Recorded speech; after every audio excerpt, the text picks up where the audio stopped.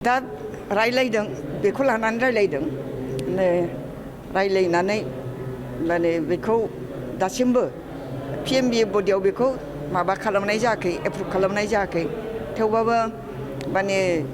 जोंहा उन्नयननि खाथिराव जों एकेबारे टटेलि जों बेखौ नेग्लेक्ट खालामनो हाया बे हिसाबै बेखौ सालिजारि नायनानै मा खालामनाय जायो बेखौ थिग खालामनाय जायो। ओमफ्राय BPF आरो BJP एलायन्स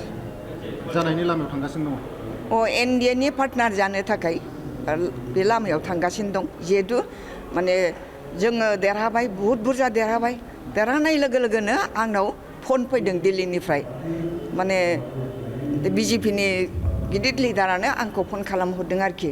हाग्रामा महिलारिजों रायलायनो होननानै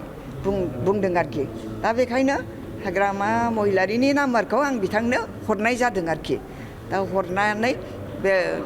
फनजोंनो रायलायदों खोमा दा बिनि सायाव खारन पार्टियावबो रायलायनाय जाबाय जखन आं मिथिबाय जे माने